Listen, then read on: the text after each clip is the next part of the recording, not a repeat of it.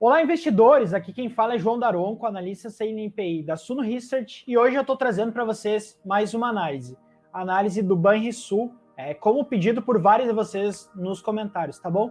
Então, antes de mais nada, se inscreve no canal, se você ainda não é inscrito, não vá perder nenhuma análise que eu vou trazer aqui no canal. Toda semana eu vou trazer alguma empresa que vocês peçam nos comentários, vou olhar lá os comentários, ver qual que é mais pedida, e aí eu faço a análise dela, tá bem? Segundo lembrete, não esquece de curtir o vídeo, isso ajuda muito a gente, então ajuda bastante na divulgação e não custa nada, então não esquece de curtir o vídeo e por final deixa nos comentários se você quiser que a gente traga alguma análise, se tiver algum feedback, o que você acha que faltou, o que você espera para os próximos vídeos, a gente sempre vai estar olhando para isso, tá bem? Então, começando a análise do Banrisul, o que é o Banrisul? Basicamente, o Banrisul ele é o Banco do Estado do Rio Grande do Sul, ele foi fundado lá em 1928, começou concedendo créditos basicamente para dois grandes mercados. O primeiro é o mercado de hipotecas e o segundo é o mercado para crédito rural. Então o banco ele começou assim e aí foi crescendo, até que em 2007 ele se capitalizou na bolsa a partir do nível 1 de governança do Ibovespa, e aí teve seu capital aberto em bolsa e agora é uma empresa listada, mas cabe salientar que ele é uma empresa estatal. Tem rumores que ele vai ser privatizado, que não vai, mas são só rumores, tá? Então, ele é uma empresa estatal, gerida e governada pelo estado do Rio Grande do Sul. Hoje, a diretoria dele é presidida, tem o seu presidente, o Coutinho, então, o Cláudio Coutinho Mendes. É um executivo bastante experiente do banco, mas foi indicado pelo governo, então, sempre que a gente está tratando uma empresa estatal, a gente tem que entender qual que é o alinhamento desse executivo, se ele está alinhado com o minoritário, se não está.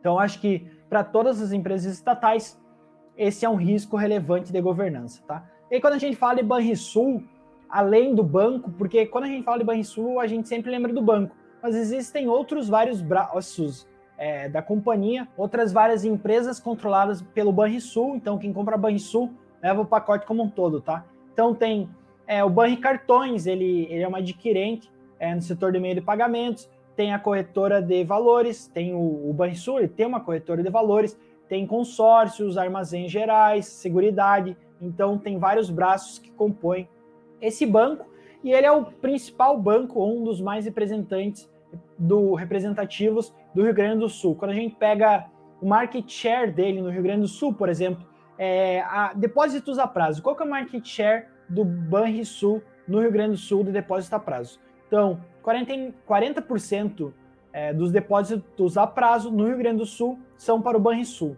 Ele tem um share aí de 31% das agências. Então, a cada 3 agências, uma é do Banrisul. Então, ele é muito forte no sul do estado.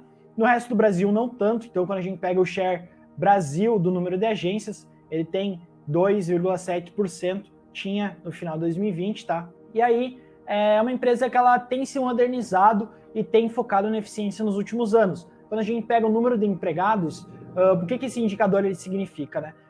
Quando a gente tem uma empresa que ela está reduzindo seu número de empregados e está conseguindo aumentar o faturamento, é um bom indicativo, porque ele está se tornando mais eficiente. O número de empregados no primeiro trimestre de 2020 para o primeiro trimestre de 2021 caiu 10%. Eles tinham 10.200 funcionários, hoje em dia eles têm 9.200, tá? Então, teve uma redução no número de funcionários, e não só no número de funcionários, como a quantidade de agências também tem diminuído. Então, quando a gente pega junho de 2019, por exemplo, tá? A gente está falando aí de 518 agências. Em março de 2021, a gente está falando 502. Então, a gente está vendo uma redução no número de agências, muito para tornar o banco mais eficiente, mas cabe lembrar que, como o Banri ele faz bastante contrato com o agricultor e coisa assim, e aí na agricultura tem muita questão de apertar a mão, é difícil se dar um empréstimo, um crédito de R$1 milhão por um aplicativo, sem ter um gerente lá conversando com o cara e coisa assim. Então, eu não vejo o Banri se tornando totalmente digital. Eu acho que ele precisa ter essas agências, porque o público dele, o público-alvo dele, pede muito sobre isso, tá? E aí um outro ponto de Banri, que eu acho muito interessante, talvez o mais interessante de todos, é a carteira de crédito deles, como é dividida. Eles têm uma carteira de créditos muito conservador. Então, 59,4% da carteira deles vem de pessoas físicas, e desse total, desses quase 60%, 3/4, ou seja, 75% é consignado. Então, crédito consignado é um crédito bem perene, bem seguro, bem tranquilo, então isso aumenta a tranquilidade do banco, aumenta a segurança de se estar investindo no Banrisul, tá? Então, vamos dar uma olhada nos indicadores dele utilizando o Status Invest. Eu vou digitar o nome dele, né? Banrisul, BRSR 3, 5 ou 6. Então, a gente consegue ver que a cotação dele nos últimos meses, nos últimos anos, sofreu bastante aqui com o Covid e ainda não se recuperou totalmente, tá? Muito por conta da questão dos provisionamentos. Então, tem muito crédito que está duvidoso, que não sabe se vai pagar ou não vai, e aí muito por conta disso, o banco ele sofreu bastante com a pandemia, tá? Primeiro indicador que eu aconselho a vocês a olhar é valuation, porque valuation, eu já falei em alguns vídeos, eu vou falar sempre, é muito importante quando a gente vai olhar uma empresa, a gente vai olhar o preço que a gente está pagando por ela, tá? Então, a gente não quer pagar caro demais por empresas que não valem a pena, e por isso que a gente tem que olhar o valuation. Primeiro indicador para bancos muito interessante é o P sobre VP. P sobre VP basicamente é o preço dividido pelo valor patrimonial. E aí o que isso indica para um banco, tá? O valor patrimonial de um banco basicamente é dinheiro. Então a gente está dividindo aí o preço que a gente está pagando dividido por quanto dinheiro ele tem, mais ou menos funciona dessa forma. A gente tem um P sobre VP de 0,65 para o Banri. O que isso indica? Indica que ela a gente está pagando abaixo do que ele tem em dinheiro como valor patrimonial. Então, parece ser um bom negócio. Quando a gente olha historicamente, a gente vê que a média é aproximadamente 1, significa que o banco ele tem lá R$1 de valor patrimonial, eu estou pagando R$1, tá? Então, hoje em dia, o banco tem lá R$1 de valor patrimonial, eu estou pagando 65 centavos, por exemplo, tá? Então, ele está abaixo da média, um bom indicativo que o banco ele pode estar barato. Um outro indicativo de valuation bem interessante para bancos é o PL, né? O preço sobre lucro. E aí a gente está vendo um PL de 7 vezes, ou seja, se ele gerasse o lucro dos últimos 12 meses em 7 anos, ele se pagaria. É um indicativo que está bem em linha com a média desse banco. Caiu 2 vezes lá em 2015. Quem comprou lá, eu imagino que deva ter se dado muito bem. Então, bem em linha com a média, né? E aí, por fim, quando a gente fala em bancos, a gente lembra de dividendos, né? Então, o banco ele distribuiu bastante dividendos e está com um dividend yield de 5,5%. Bem interessante. E aí, para bancos, o que eu indico vocês olharem, tá? A gente tem que olhar o ROI histórico, porque no setor bancário começou a ter uma briga, muitas fintechs começaram a aparecer e coisas assim, e começaram a comer margem dos bancões. O Banri poderia estar inserido aí no meio, tá? E aí a gente tem que olhar o ROI e entender como esse ROI, ou como o retorno que o banco está conseguindo gerar com o seu capital, está mudando no tempo. Quando a gente olha esse ROI, a gente vê que ele foi de 20% lá em 2011 e está caindo, chegando aí em 8,73%, tá?